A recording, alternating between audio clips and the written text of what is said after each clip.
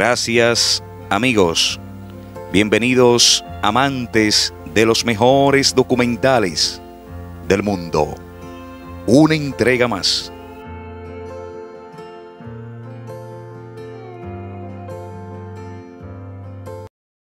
Que yo era el que tenía que nombrar a todo el mundo aquí en Santiago. Que lo que yo dijera era lo que se hacía. Bienvenidos, amantes de los mejores documentales del mundo. Hoy nos encontramos con una persona que representa parte de la historia dominicana. Abogado, catedrático universitario, pero sobre todo una persona que fue la mano derecha del presidente en ese momento, profesor Juan Bosch. Hoy conversaremos con él para conocer más del profesor Juan Bosch. Bienvenido, profesor Modesto Montero. Gracias por esta oportunidad histórica, diría yo, para conversar sobre un personaje paradigmático de la historia dominicana, el profesor Juan Bosch.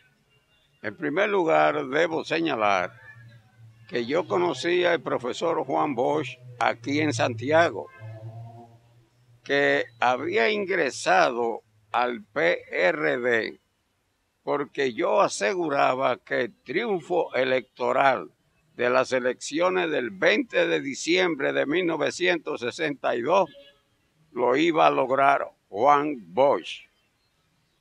Su forma, su estilo político, la genialidad de ese hombre extraordinario, la experiencia y los conocimientos de la política me llevaron a esa conclusión. Lo primero que hice fue trabajar como un simple PRDista en el local del partido frente al Parque Duarte, frente a la panadería Sarnelli. Las dos plantas pertenecían como local al Partido Revolucionario Dominicano. Trabajando ahí, un día le dije a quien dirigía el programa Tribuna PRDista, que se transmitía por Radio Santiago, esa emisora que estaba encima de la tienda La Parisien frente al Hotel Mercedes. Me dieron ingreso a ese programa del Partido Revolucionario Dominicano, que era el vocero de la entidad en toda esta zona. Comencé a trabajar con los otros dirigentes del PRD, gente de experiencia que habían vivido en el exilio, y comencé a descollar paulatinamente en la posición de participante del equipo productor de Tribuna PRDista. Un día, Juan Bosch, que por algo llegó a la inmensidad histórica, un verdadero dirigente político, está en el local del PRD y dice: búsquenme el material que se utiliza en el programa del partido aquí en Santiago. Y le buscan un folder con varias cosas escritas. Ve una que está manuscrita y dice, cuando está leyendo todo ese material, para saber lo que se decía aquí en el PRD en Santiago, hacia todo el Cibao, ¿quién escribió esto? Y le dijeron: Modesto Montero. ¿Dónde está él? En ese momento no se conocían. O sea, usted no tenía la oportunidad de conocerlo. A partir de ahí es que empiezan a tener acercamiento. Sí, a conocerme quién era yo, que apenas tenía 19 años, casi 20.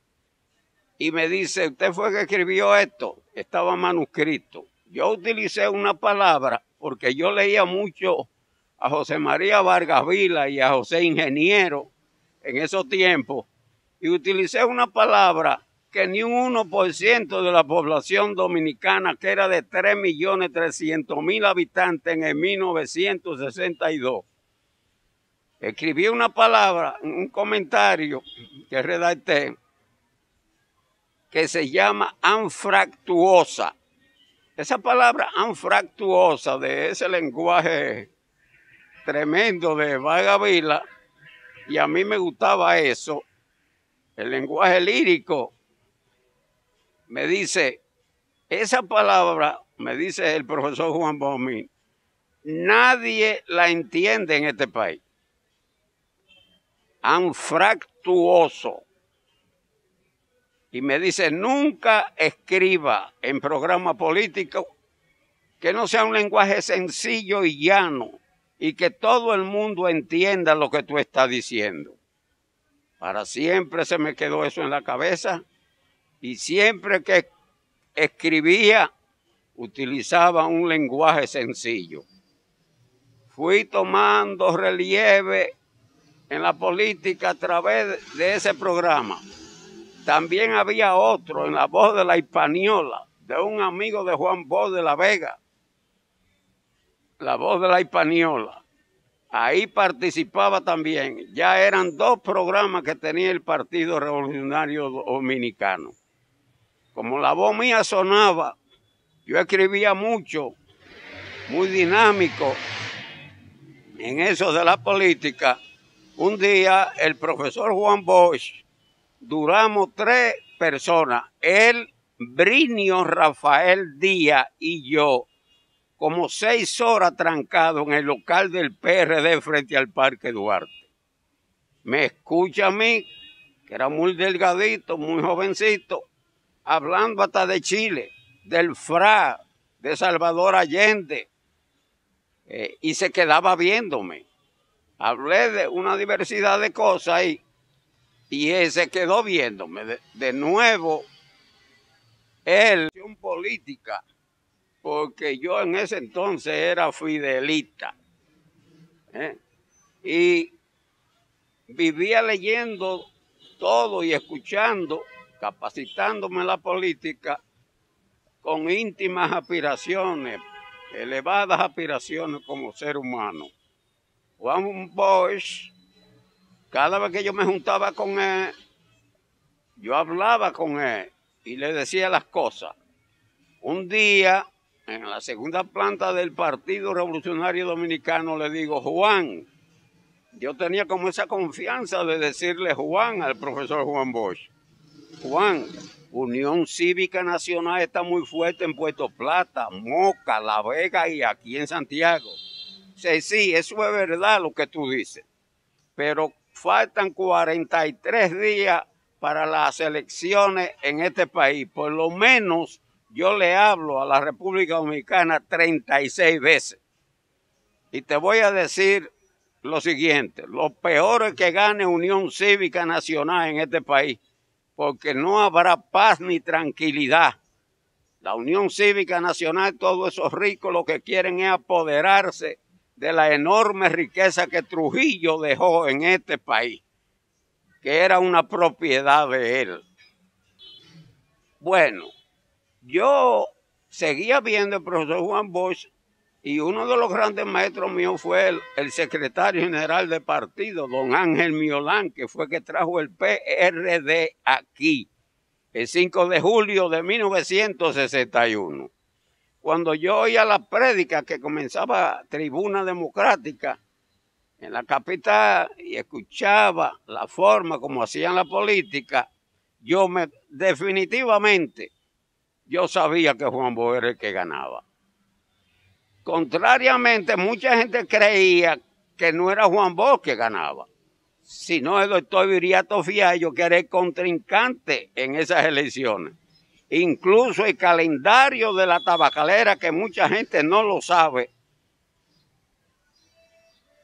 fue diseñado con la foto de Viriato Fiallo como presidente de la República, con la banda presidencial en el pecho, porque las elecciones que Juan Bosch ganó aquí fueron el 20 de diciembre de 1962, que yo amanecí pito a pito en el local del PRD, comiendo galletas y tomando café y comiendo pan de la panadería Sanelli, junto con todos los compañeros que dirigíamos la campaña política a favor de Juan Bosch. ¿Qué función política ocupa Modesto Montero cuando el profesor Juan Bosch es electo presidente?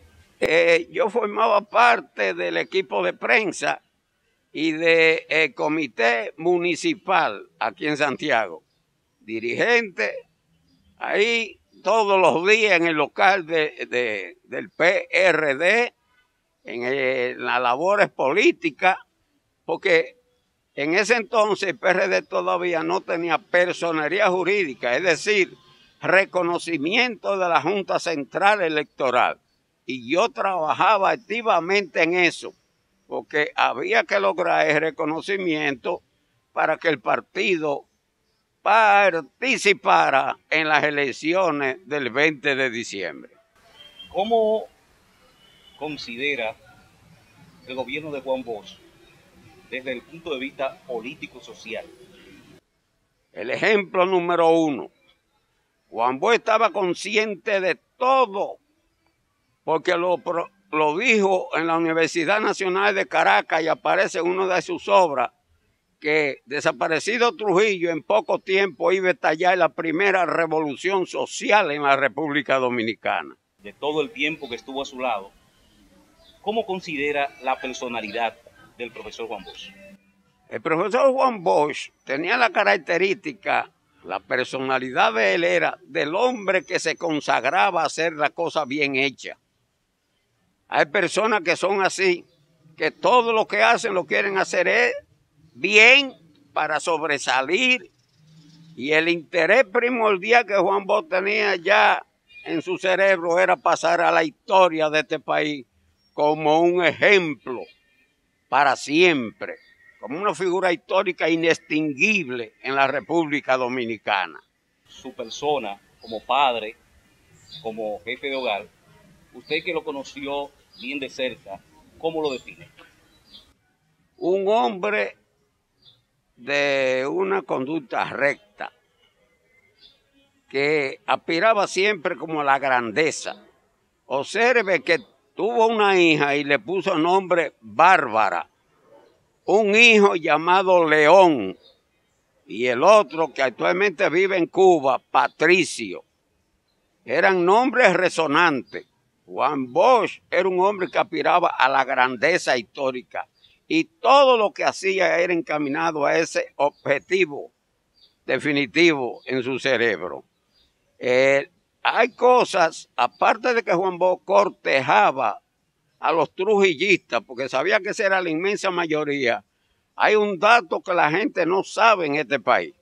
Hubo una comisión de general y coroneles trujillistas que fueron destituidos por el Consejo de Estado, que visitaron al candidato contrincante de Juan Bosch en esas elecciones y le dijeron: señor presidente, le llamaron así, nosotros hemos venido donde usted para brindarle apoyo político. Lo que nosotros queremos que usted nos promete es, cuando sea presidente de la República Dominicana, que no nos acusen de cosas, de delitos y de crímenes que nosotros no cometimos. El doctor Viriato Fiallo, que era un hombre que no sabía de política, era muy noble, un patriota, todo lo que se quiera, menos una persona ducha en la política. Lo que le dijo fue: yo lo que prometo es que nadie que cometiera un crimen en este país va al banquillo de los acusados. Juan Bosch es considerado como el presidente más honesto que ha tenido la República Dominicana. ¿Cuál es su parecer en ese sentido? Creo que para mí ocupa el lugar número 1 en eso de la honestidad. Un hombre inmaculado, porque él lo que buscaba era ser figura histórica, inmortal en la República Dominicana. ¿Es cierto que debía los muebles de su hogar, que lo tomó a crédito cuando salió del poder? No solamente eso, que no usó placa oficial, pagaba su placa de su carro Chevrolet Impala, color verde claro. Juan Bosch pagaba placa como un ciudadano, no usó placa 01 oficial, nada de eso. Incluso su padre, Pepe Bosch, que era mecánico, un gran mecánico, siendo Juan Bosch presidente de la República Dominicana, falleció su papá. Fue al cementerio y lo enterró. Y cuando vino del cementerio no aceptó nada de eso de de pésame y cosas, sino a trabajar, a trabajar. Oiga la integridad moral de ese hombre. Mi padre murió, pero aquí a trabajar todo el mundo cumpliendo todo. Aquí vinimos a trabajar a la República Dominicana para transformar este país. Pero hay una cosa cierta.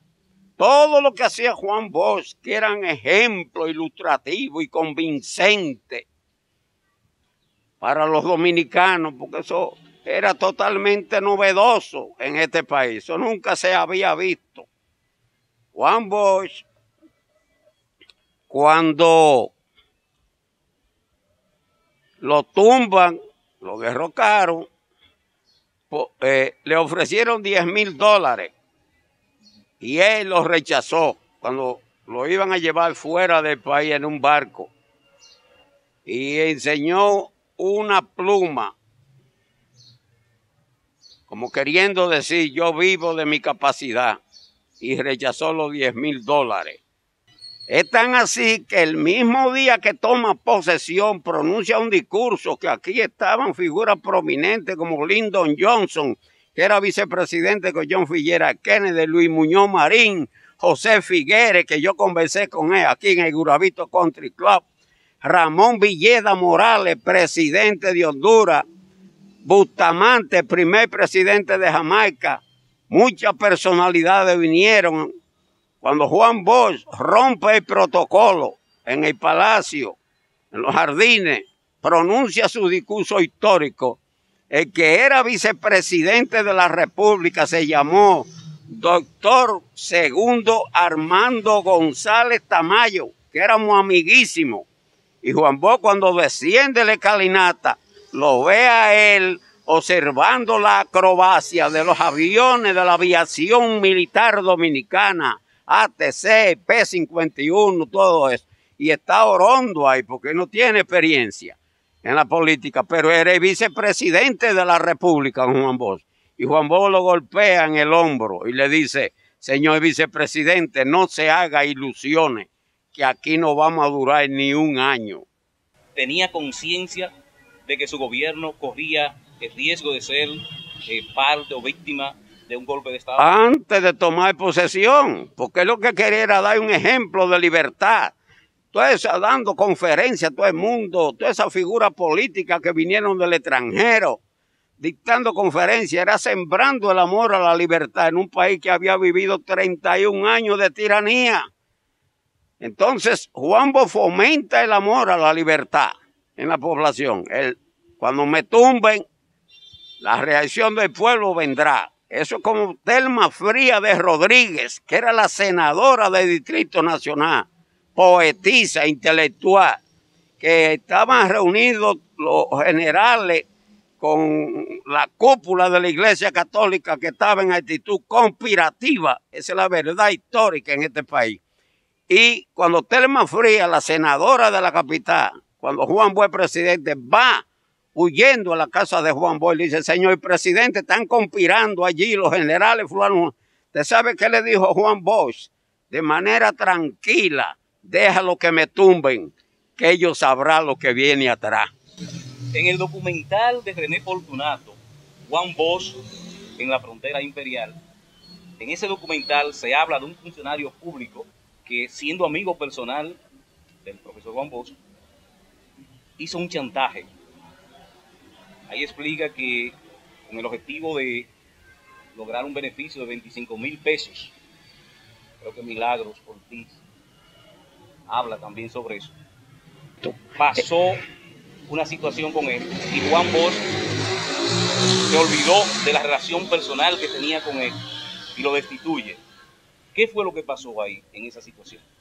Juan Bosch quería demostrar una vez más que en su gobierno no se podía robar, que la democracia no es compatible con el robo y que él aspiraba a instalar un régimen democrático auténtico, genuino, aquí en la República Dominicana. Ese era su hombre de confianza, su brazo derecho, y es lamentable que yo no recuerde el nombre de él, porque él y yo nos llegamos a saludar. Era un hombre indio, medio buen mozo, y Juan Bosch lo canceló sin contemplaciones, sin piedad, para que todo el mundo se diera cuenta de que en su gobierno no podía haber ladrones.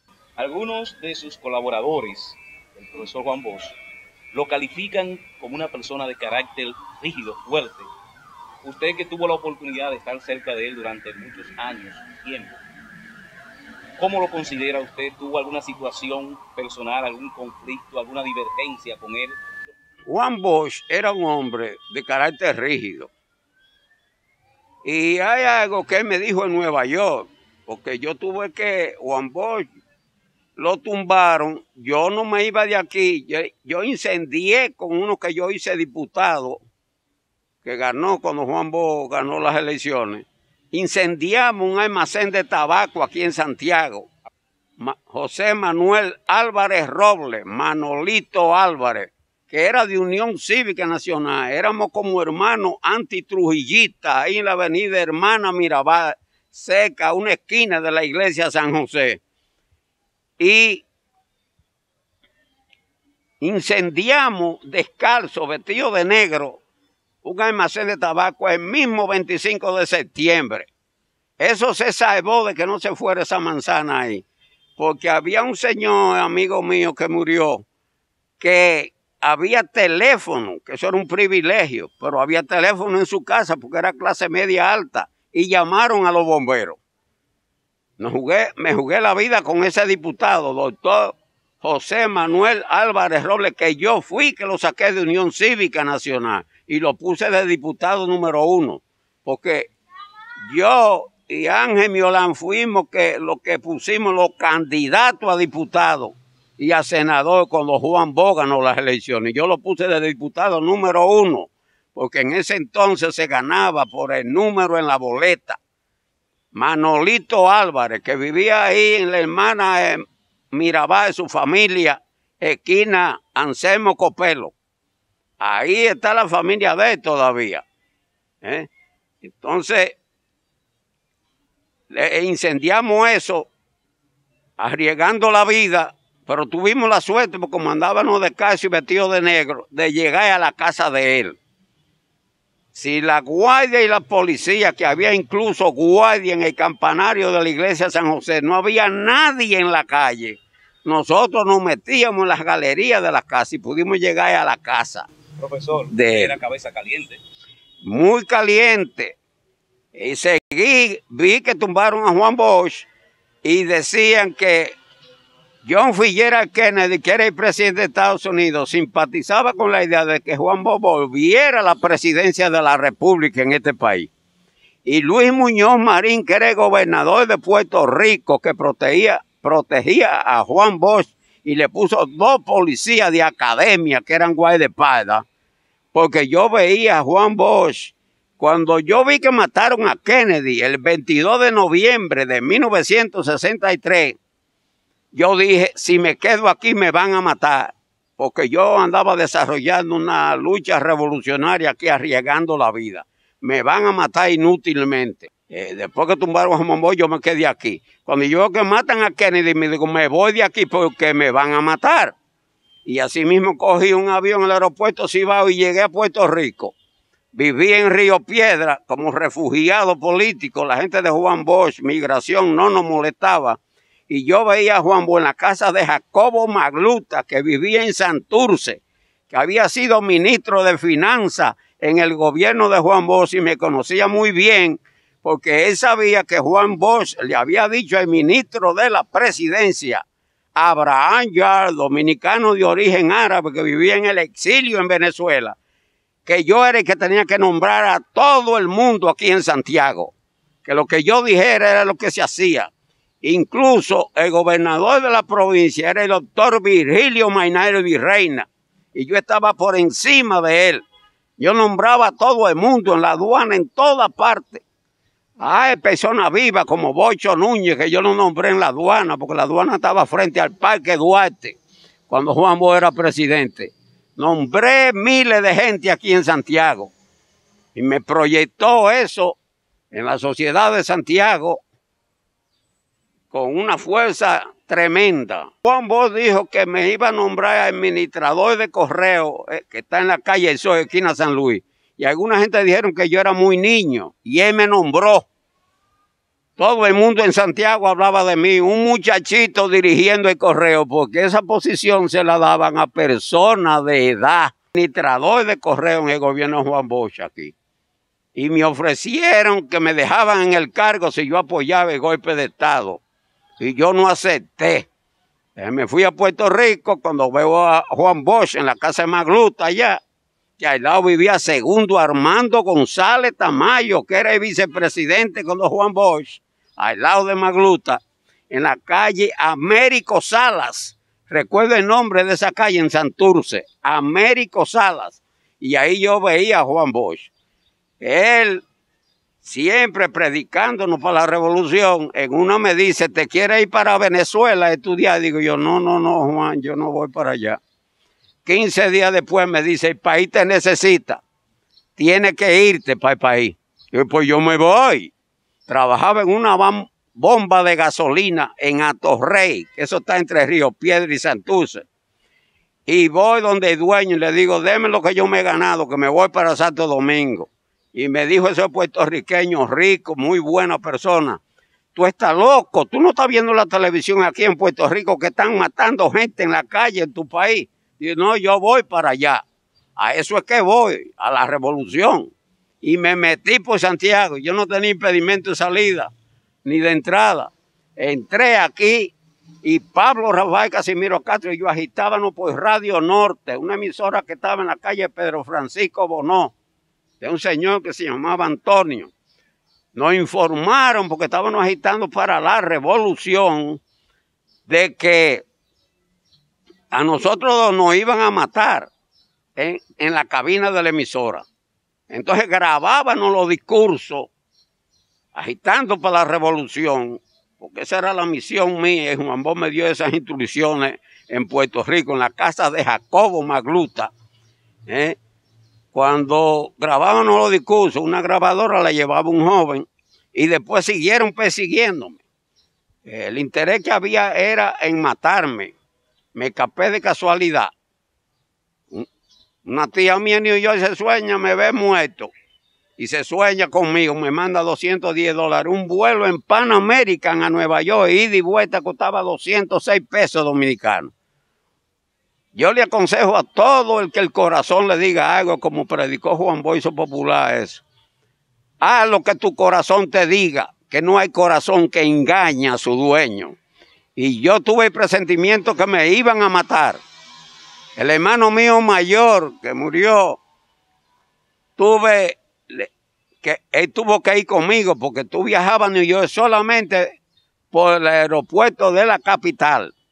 Hasta que tú no veas que el avión despegue, porque aún dentro del avión me pueden sacar. La policía y el servicio secreto anda atrás de mí. Y pude llegar a New York. Allá de nuevo hago contacto con Juan Bosch. Juan Bosch tenía el teléfono mío. Me mandaba cartas de Puerto Rico.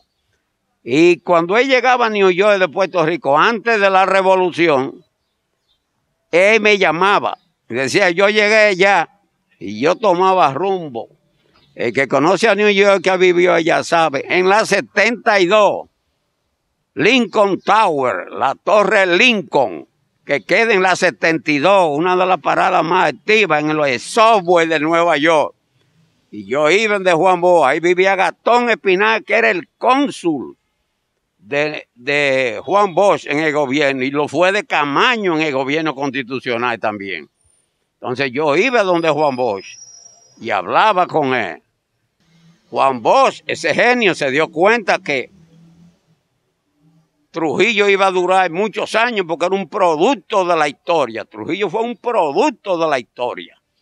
Y se dio cuenta de eso y llegó a Puerto Rico. Nunca habló de política cuando estaba en Puerto Rico. De ahí voló a La Habana, Cuba, donde se declaró antitrujillista.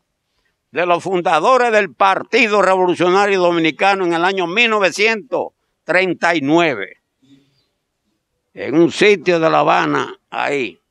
Modesto Montero, nosotros conocemos que en los medios políticos siempre los líderes terminan despreciando a una persona en especial, quizás su más cercano opositor, En el caso de Juan Bosch, usted que lo conoció, ¿despreciaba a alguien? Cuando él me dice, allá en Nueva York, en Lincoln Tower, la Torre Lincoln, su gran enemigo fue Juan Isidro Jiménez Grullón, fundador del PRD igual que él.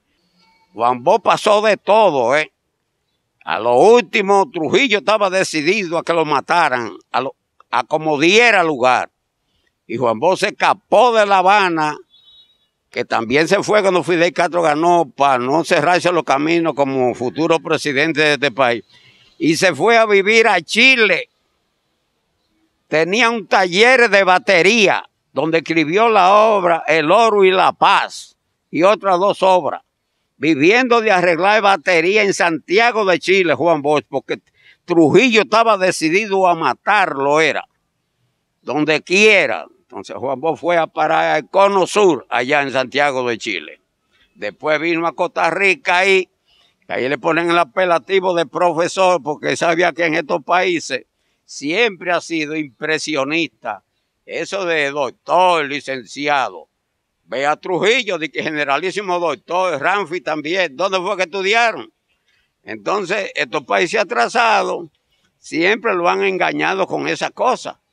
Juan Bosch entonces se puso el apelativo de profesor porque él daba clases de política en la escuela de Coronado, que eso está en las afueras de San José, la capital de Costa Rica, ahí en Centroamérica.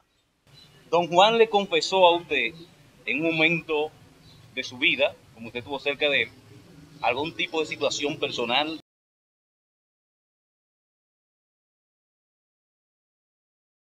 Gracias, amigos, amantes de los mejores documentales del mundo.